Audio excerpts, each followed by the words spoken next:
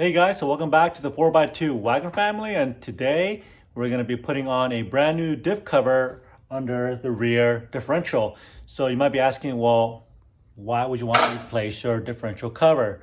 Well, believe it or not, there's a fair amount of torque that happens as you're off-roading where your housing can actually move just a little bit. And if you think about the gap between the ring gear and the pinion, it's about the size of a couple sheets of paper. It's really thin. And also when you add the torsional flex that's happening, the professionals are saying is that it can cause gear damage to your ring gear or your pinion gear. Is that torsional flex that's happening. Now it's very little, but it's enough. You don't need a whole lot to cause any damages. So by having a really good solid differential cover will actually strengthen the housing quite a bit. And so with my new investment on the rear differential, I just put in a new true track, and also on the front I put an E-lock in the front, which I also have the ARB cover on there. So now I want to do the rear. And the reason why I chose the ARB is because it's a brand that I know, and also it's their housing, number one, it's super thick. It's about 3/8 of an inch thick, if not thicker in some places.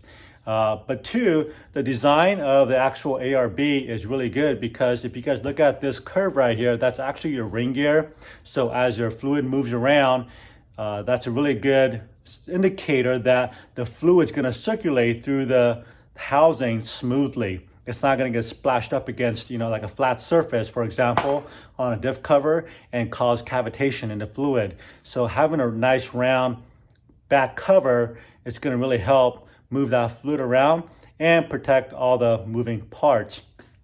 And two, what I like about the actual ARB is all the nuts are recessed inside the actual cover itself. And also this particular, I think most ARBs have a dipstick that you can check the fluid level without having to stick a finger down the hole like we're all used to. So these have a dipstick on top and also a drain plug on the bottom of the cover, and they got a really good magnetic plug on those drain plugs. Without further ado, let's go ahead under here and break open the carrier, get the fluids changed out or drained out, and then we'll do the unboxing and take a closer look at the ARB and see if this will be a good option for you guys. But for me, this is really the best buy for the most protection. You can beat the hell out of this thing, and I mean, I've never heard of ARB cover breaking on a trail. So anyways, let's get to it. All right, so what you want to do is just grab a ratchet with a little extension, your 3/8 extension, and break open this nut. Oh, Jesus Christ.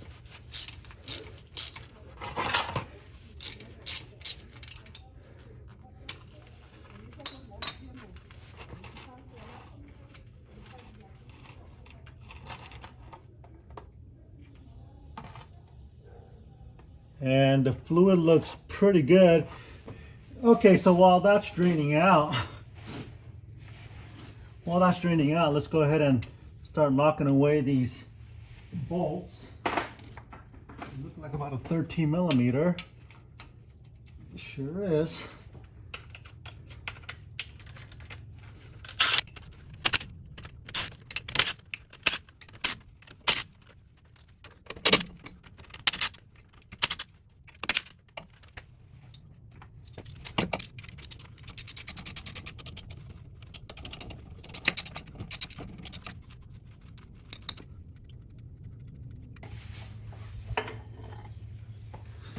Okay.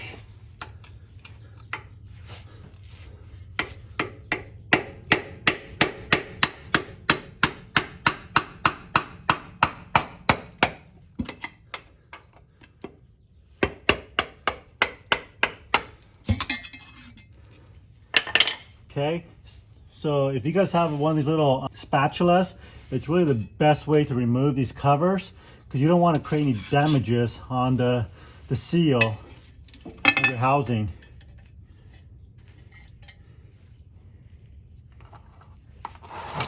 Okay, we'll put this cover off to the side.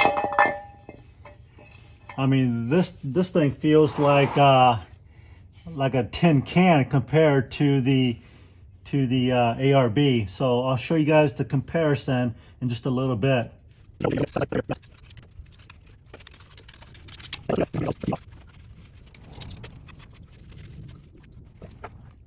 Okay, so let's take a little closer look at the package. There are some instructions that's in here, but I took those out.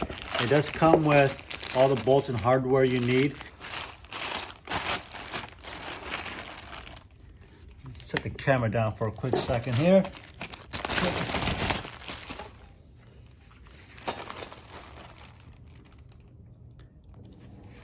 So let me show you guys the thickness difference between the ARB and the stock. And I hope you guys can see how this thing is maybe, I don't know, 1/16 of an inch, maybe skosh thicker. And this is, oh gosh, I would say at least 3/8 of an inch, if not a little bit thicker in some places. Okay. And also, as you guys can see, the inside here, this is where the ring gear would rotate the fluid right here. And so it's nice to have this circular motion so that your fluid goes up and over your carrier and back down into your, in this case, you know, like my True Track. And let's compare that with the stock. I mean, it's pretty close, at least it's round, okay? But it's not gonna provide as much protection as an ARB or some aftermarket type cover. So although it's not an ARB under here, but these ARB covers are fantastic and these are almost indestructible. Now this is just a little extra cost. Most of the time, you know, everybody uses RTV for these kind of jobs. But if you guys have, if you ever used or want a little cleaner look on your back end, on your differential, you guys should try these Lubelockers. These are really fantastic gaskets. Just beware, there are some aftermarket knockoffs that look like Lubelockers. Everything is packaged like Lubelocker. But if it doesn't say Lubelocker, because I'm telling you, I wouldn't trust it for one. They're super thin. And two, these things are sealed on both sides and these are much thicker than your Chinese knockoffs that you'll see. So these Lubelockers are about 40 bucks. But you're not gonna have these, you know, the RTV squirting out the side. So it's gonna have a nice clean look on a new differential, okay? Oh, and by the way, these ARB covers are not cheap either. This is $170. I did consider the TerraFlex one as well, and they're about $100, so $70 cheaper. But I just like, number one, the ARBs.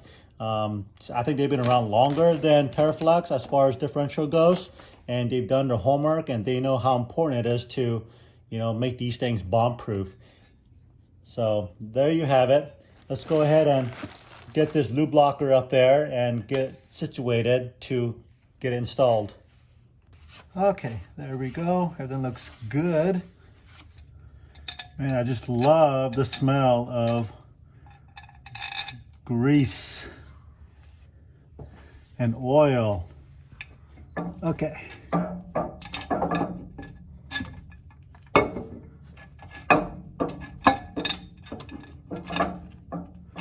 Oops.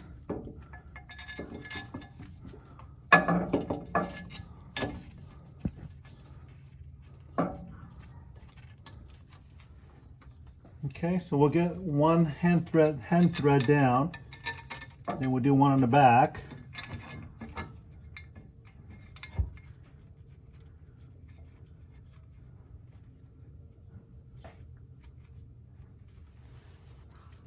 Okay, so you don't want to tighten them down too tight yet.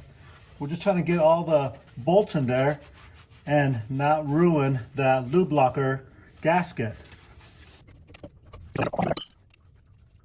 And when you put these bolts in, once you get hand tightened in there, then you kind of want to work crisscross to tighten these things down, kind of like your lug nuts.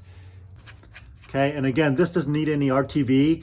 Behind this screw, there is actually a rubber gasket that goes right in there. So, All right, guys, so really the last step here after you torque all these things down is to fill up with fluid. And the best way to put fluid in here is get yourself these little hose here. I think that every store that I've been to sell these little funnel that connects right to your bottle of whatever you have, and just let it sit there and it'll feed in there slowly. But that's the key, is to get one of these little rubber funnels.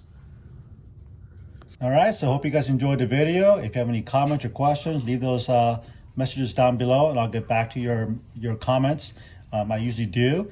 And just want to say thanks for watching and supporting my channel. If you guys want to see more of this kind of stuff, ring that bell down below and subscribe to my channel to get notified when I upload, mosquitoes, to be notified when I upload more videos like this. So until next time, I'll see you guys on the trail and be safe.